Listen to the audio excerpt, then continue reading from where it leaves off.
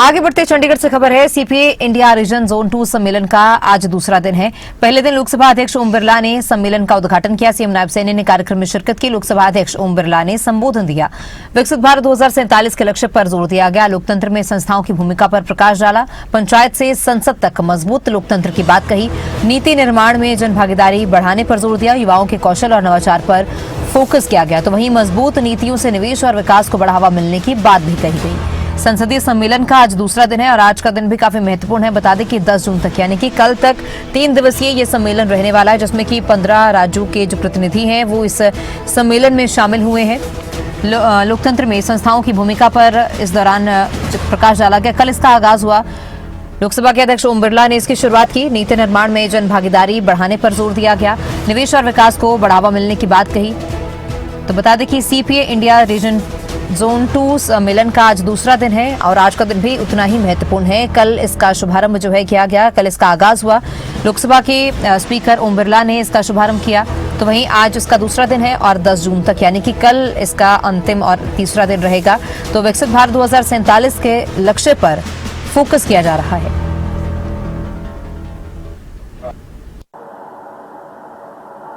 और बड़े संकल्प के साथ हम सबकी बड़ी जिम्मेदारी बन जाती है कि हम समाज का सामाजिक राजनीतिक नेतृत्व करते हैं। और इसीलिए जहां विधानसभा में नीतियां बनाना, कानून बनाना, लोगों की अपेक्षाएं, आकांक्षाओं को पूरा करने के लिए हम समय समय पर चर्चा करते हैं, संवाद करते हैं।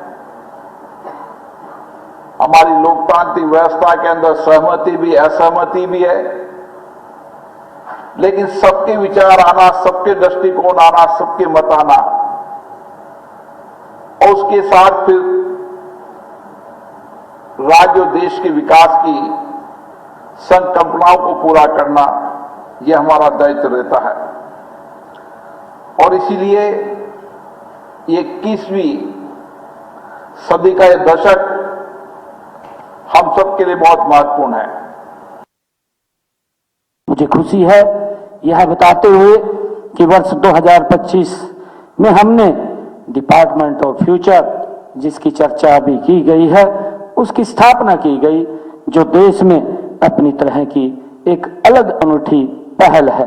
क्योंकि हम भविष्य की तैयारियों कल पर नहीं छोड़ना चाहते। 2047 का हरियाणा कैसा होगा, उसकी नीतियां, सुधार और प्राथमिकताएं, यह सब आज से ही तय हो रहा है। साथियों, हमने विकसित भारत 2047 के संकल्प को आधार बनाकर अपना हरियाणा विजन डॉक्यूमेंट 2047 को तैयार किया है। इसका अनावरण माननीय केंद्रीय गृह मंत्री श्री अमित शाह जी द्वारा 24 दिसंबर 2025 को किया गया। साथियों, यह केवल एक दस्तावेज, केवल एक नीति पत्र नहीं, बल्कि आने वाले 2 दशकों के लिए राज्य के विकास का एक व्यापक रोड मैप है। हरियाणा विजन 2047 ये 6 रणनीतिक स्तंभों पर आधारित है। हमारा जो पहला स्तंभ है वो वित्त और सुरक्षा, दूसरा शिक्षा, कौशल, रोजगार, स्वास्थ्य और पोषण, और चौथा कृषि और पर्यावरण। 5वां हमारा जो स्तंभ है वो बुनियादी ढांचा और समग्र विकास। 6ठा स्तंभ है क्षेत्रीय विकास और स्थानीय स्वशासन। हमारा लक्ष्य है वर्ष 2047 तक हरियाणा को $1 ट्रिलियन से अधिक की अर्थव्यवस्था तथा 40 लाख रुपए से अधिक प्रति व्यक्ति आय वाला राज्य बनाना है। और इसी पर ज्यादा जानकारी के लिए हमारे स्टेट हेड जितेंद्र चौधरी जुड़ चुके हैं। जितेंद्र, संसदीय सम्मेलन का आज दूसरा दिन है, भव्य कल इसका आगाज हुआ। ओम बिरला की ओर से जो है इसका शुभारंभ किया गया और आज का दिन जो है वो कितना महत्वपूर्ण है। आज दूसरा दिन है, 10 तारीख तक ये सम्मेलन चल रहा है।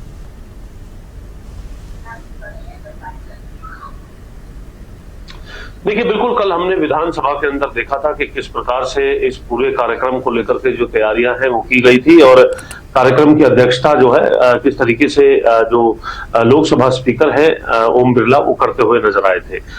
चाहे वो हरियाणा के विधायकों के डेलीगेशन की बात हो, कांग्रेस की, बीजेपी की या फिर निर्दलीय विधायकों की, वो भी यहाँ पर नजर आए। और इसके साथ साथ 15 राज्यों के स्पीकर, डिप्टी स्पीकर के साथ साथ जो डेलीगेट्स हैं वो इस कार्यक्रम के अंदर आते हुए नजर आए थे। खासतौर से राष्ट्रमंडल संसदीय सम्मेलन की अगर हम बात करें तो मुख्य तौर पर किस तरीके से जो संघीय ढांचा है, जो विधायी कार्य है, संसदीय कार्य है, उनके माध्यम से उसको किस प्रकार से सशक्त बनाया जा सकता है, नवाचार को लेकर के जो विचार है उनका आदान प्रदान किस तरीके से किया जा सकता है, इसको लेकर के जो राष्ट्रीय अंतर्राष्ट्रीय स्तर पर अगर हम बात करें तो इस प्रकार के सम्मेलन होते हुए नजर आते हैं। हरियाणा को इस बार स्पीकर हरविंदर कल्याण की अध्यक्षता में ये मौका जो है मेजबानी को लेकर के मिला था और इसको लेकर के हमने देखा कि किस प्रकार से जो कल का पूरे दिन का कार्यक्रम जो है वो रहा, जिसके अंदर अपने विचार जो है वो डेलीगेट्स की तरफ से और मुख्य अतिथि की तरफ से यहाँ पर रखने का कार्य जो है वो किया गया था। इस कार्यक्रम के अंदर पूर्व में रहे स्पीकर्स को भी इन्विटेशन जो है वो हरियाणा की तरफ से दिया गया था और वो चेहरे भी इस कार्यक्रम में नजर आए थे। साथ ही साथ अगर हम बात करें तो कल विधानसभा के अंदर ये पूरा कार्यक्रम था। उसके बाद शाम को एक डॉक्यूमेंट्री जो है वो विशेष तौर पर दिखाई गई थी और आज भी इसी तरीके से चंडीगढ़ के एक निजी होटल के अंदर जो कार्यक्रम है वो पूरे दिन रहने वाला है। हालांकि 4 बजे स्पीकर ओम बिरला, साथ में जो है हरियाणा विधानसभा के जो स्पीकर है हरविंदर कल्याण और हरिवंश जो कि उपसभापति है राज्यसभा के, उनकी तरफ से करीब 4 बजे के आसपास एक प्रेस वार्ता जो है इस 2 दिवसीय कार्यक्रम को लेकर के रखी गई है। किस प्रकार से इसके अंदर जो गोष्ठी है वो की गई, किस तरीके से जो विषय है उनका आदान प्रदान जो है वो किया गया, राज्यों की अच्छी नीतियों का बखान किस तरीके से किया गया और उनका अनुसरण करने को लेकर के किस तरीके से आने वाले समय में फायदा मिलने वाला है, इसको लेकर के इस प्रेस कॉन्फ्रेंस के माध्यम से पूरी जानकारी जो है वो सामने आएगी। और मुख्यमंत्री नायब सैनी भी इस समापन सत्र में, प्रेस कॉन्फ्रेंस के आसपास इस समापन सत्र में जो है पहुंचते हुए नजर आने वाले हैं। तो ये 2 दिन का जो पूरा कार्यक्रम है वो रहा। कल विधानसभा में जो देखने के लिए मिला था, आज जो है चंडीगढ़ के एक निजी होटल में इसी तरीके से कार्यक्रम की रूपरेखा तैयार की गई है। जी जितेंद्र जी, कल इसका तीसरा और अंतिम दिन होगा, तो कल इसका कहा जा सकता है कि समापन भी है। समापन कितना भव्य रहने वाला है, क्योंकि अक्सर विकसित भारत की जो बात है वो 2047 विकसित भारत का लक्ष्य रखा गया है। 2047 तक भारत को विकसित राष्ट्र बनाने का प्रधानमंत्री का मोटिव है। तो क्या ये सम्मेलन, इस तरह के जो भी भव्य सम्मेलन होते हैं, वो कितनी भागीदारी जो है विकसित भारत के उसमें निभाते हैं?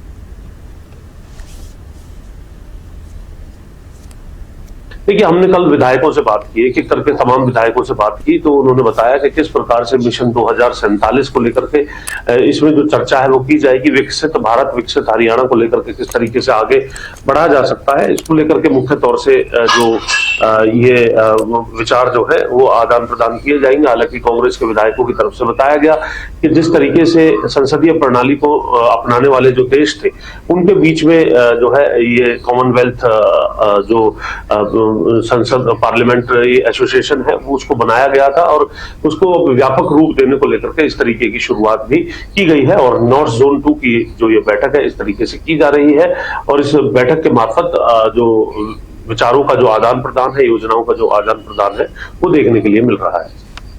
बहुत शुक्रिया जितेंद्र, जानकारी के लिए। आप बने रहिए हमारे साथ ही।